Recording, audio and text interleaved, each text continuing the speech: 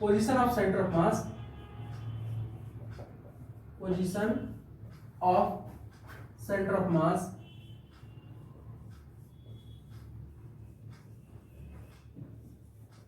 Of a solid कोन। ठीक है बच्चों, हमें सॉलिड कोन का सेंटर ऑफ मास निकालना है। ठीक है, देखिए ये हमारे पास एक सॉलिड कोन है। इसका मास क्या ले लेते हैं m, हाइट क्या ले लेते हैं h।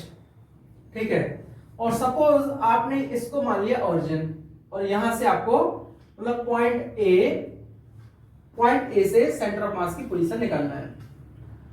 तो बच्चों ऐसे क्वेश्चन में क्या करेंगे हम, देखिए यहां पर एक छोटी सी स्ट्रिप ले लेते हैं, यहां से कितने डिस्टेंस पे, y डिस्टेंस पे। ठीक है, और इसकी थिकनेस क्या ले लेते हैं dy, थिकनेस क्या ले ली dy। तो एंड a से y डिस्टेंस पर एक स्ट्रिप ले ली dy थिकनेस की, है ना। तो mass of this strip dm हो गया। अब मास ऑफ दिस स्ट्रिप अगर हमें निकालना है तो बच्चे ये आएगा मास पर यूनिट वॉल्यूम, मतलब m upon pi r square h by 3। ये बच्चे सॉलिड कोन का वॉल्यूम होता है।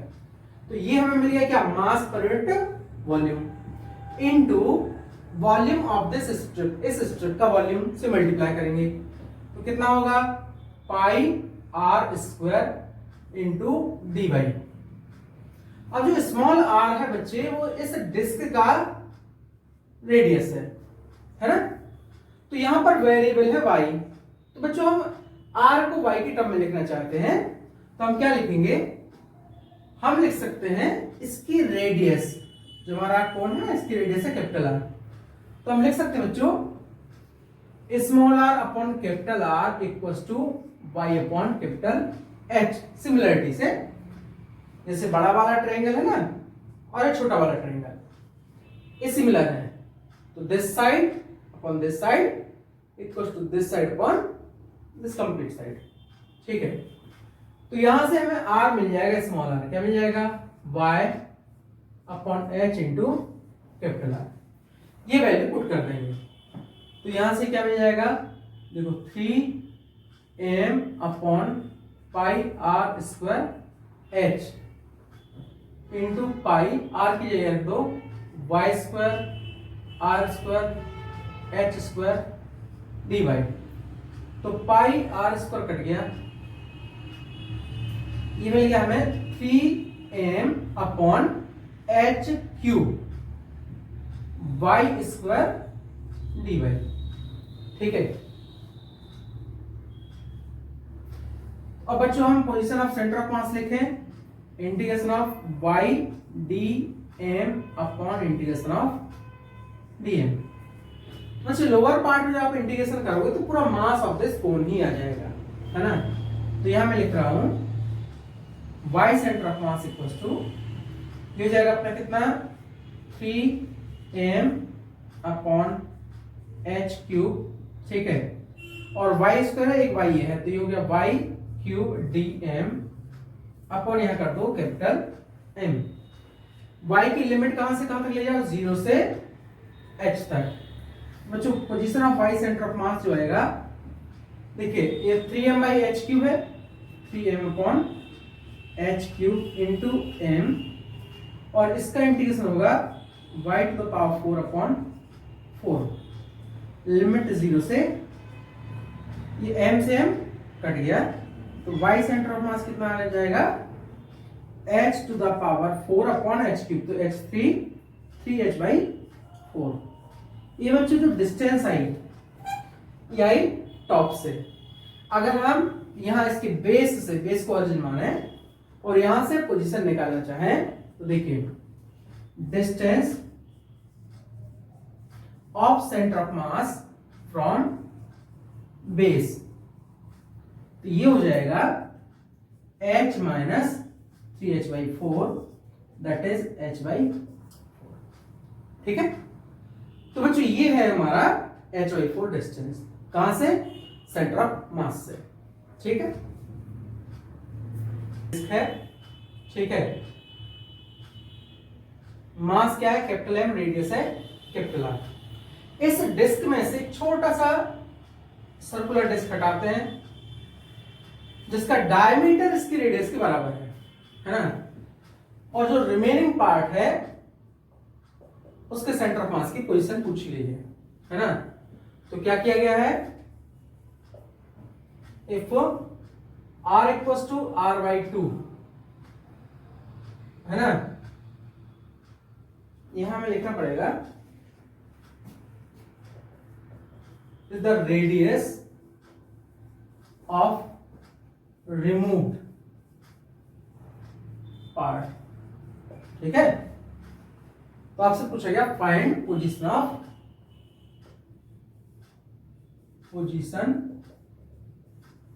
Of centre of mass of remaining part.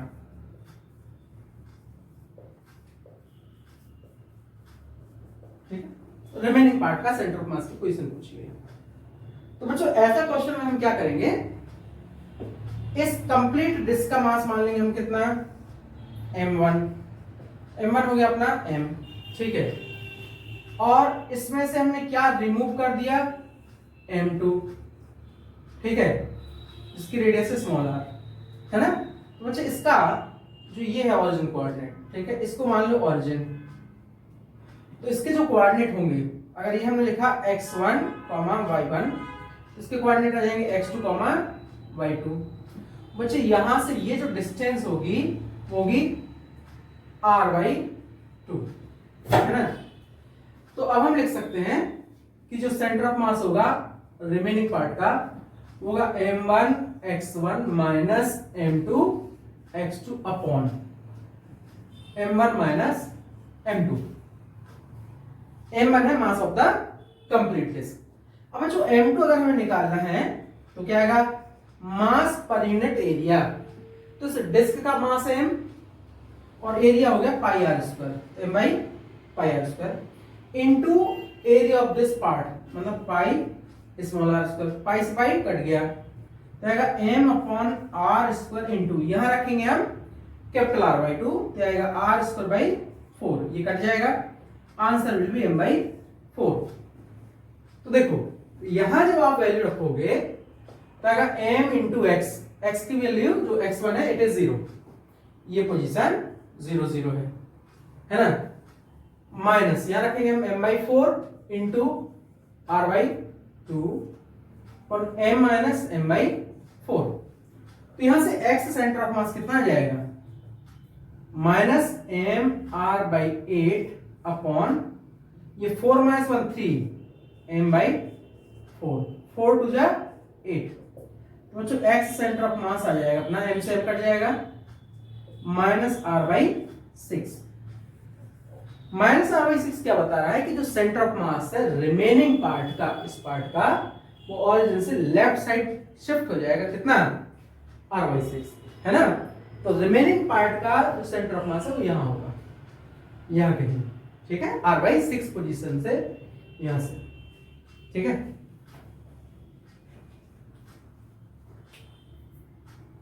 अगर आपको इसी क्वेश्चन बोला ये पार्ट यहां से हटाया और यहां स्टिक कर दिया, तो ये अपना पार्ट है, ठीक है, ये पार्ट है, यहां से हटाया और यहां स्टिक कर दिया। तो आपसे पूछा गया position of centre of mass of remaining part, है ना, मतलब नया जो सिस्टम है, क्या पूछा गया, देखो एक बार क्वेश्चन बताता हूं। एक कंप्लीट डिस्क है, कंप्लीट डिस्क का मास है m, उसमें से r/2 रेडियस की एक डिस्क हटाई और जस्ट अपोजिट साइड रख दी, चिपका दी इस पे। तो आपसे पूछा ये नया सिस्टम जो बनेगा इसका सेंटर ऑफ मास कहां लाई करेगा। तो बच्चों अभी हमने किया था कि अगर इसका मास m है तो इस रिमूव पार्ट का मास m बाई 4 आता है ना। तो बच्चों इसको हम 3 पार्ट का सिस्टम मानेंगे। जो पार्ट रिमूव किया जाता है इसको नेगेटिव मास लिखा जाता है ना। तो देखिए अब हम जब सेंटर ऑफ मास लिखेंगे, ये एक कोऑर्डिनेट है, एक ये है, एक इसका है, ठीक है। तो यहां तो हो गया अपना x1 y1, यहाँ वाला, ये हो गया x2 y2 ये वाला, और हो गया x3 y3 ये वाला। पूरे का मास मान लिया हमने m1 जो कि कैपिटल M है, इस रिमूव पार्ट का मास है m2 जो कि m/4 है, इस एडेड पार्ट का मास है m3 जो भी m/4 है ना। तो आप क्या लिखेंगे, x centre of mass m1 x1 minus m2 x2 plus m3 x3 upon m1 minus m2 plus m3। तो जितने पार्ट ऐड करते जाओगे उसको प्लस कर दो, तो जो हटा रहे उसको माइनस करो। x सेंटर ऑफ मास क्या जाएगा, m into 0 minus m/4 into r/2, ठीक है, plus m/4 into minus r/2। इसके रिस्पेक्ट में इसका कोऑर्डिनेट माइनस r/2 होगा, है ना। और नीचे क्या जाएगा, m minus m/4 plus m/4, ये कट गया, है ना। तो ये x सेंटर ऑफ मास कितना आ जाएगा, ये आएगा माइनस mr/8 और ये भी आएगा माइनस mr/8 अपॉन m। बच्चों ये x सेंटर ऑफ मास जो एक्चुअली आएगा हमारा माइनस r/4 इस पोजीशन पर, मतलब यहां कहीं इस सिस्टम का सेंटर ऑफ मास यहां कहीं लाई करेगा, ठीक है, इस ऑरिजिन से r/4 डिस्टेंस पर टुवर्ड्स लेफ्ट, ठीक है।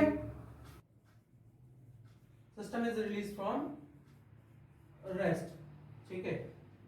Pulley and ideal string, pulley and strings are ideal, ठीक है। ये सिंगल स्ट्रिंग है, पुली है। आपसे पूछा गया फाइंड एक्सीलरेशन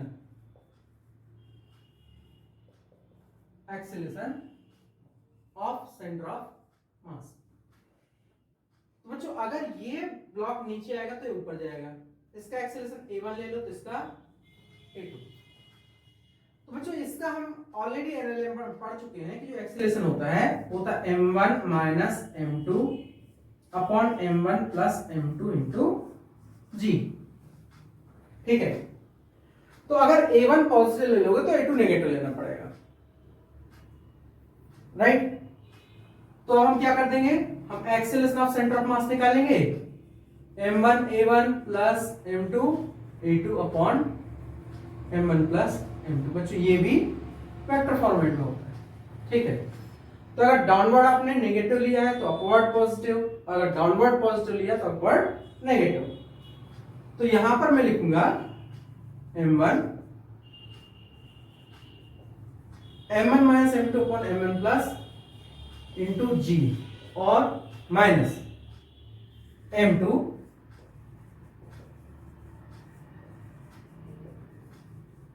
ठीक है।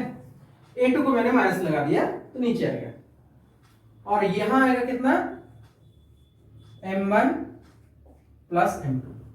तो बच्चों a सेंटर ऑफ मास जो आएगा, देखो ये टर्म पूरी कॉमन आ जाएगी, तो m1 minus m2 m1 plus m2 into g आ गया कॉमन, यहां बच गया m1 minus upon m1 plus, ये टर्म यहां मल्टीप्लाई होगी क्या दे देगा आपको, a centre of mass m1 minus m2 upon m1 plus m2 का स्क्वायर इंटू g, ये आ जाएगा बच्चों, है ना।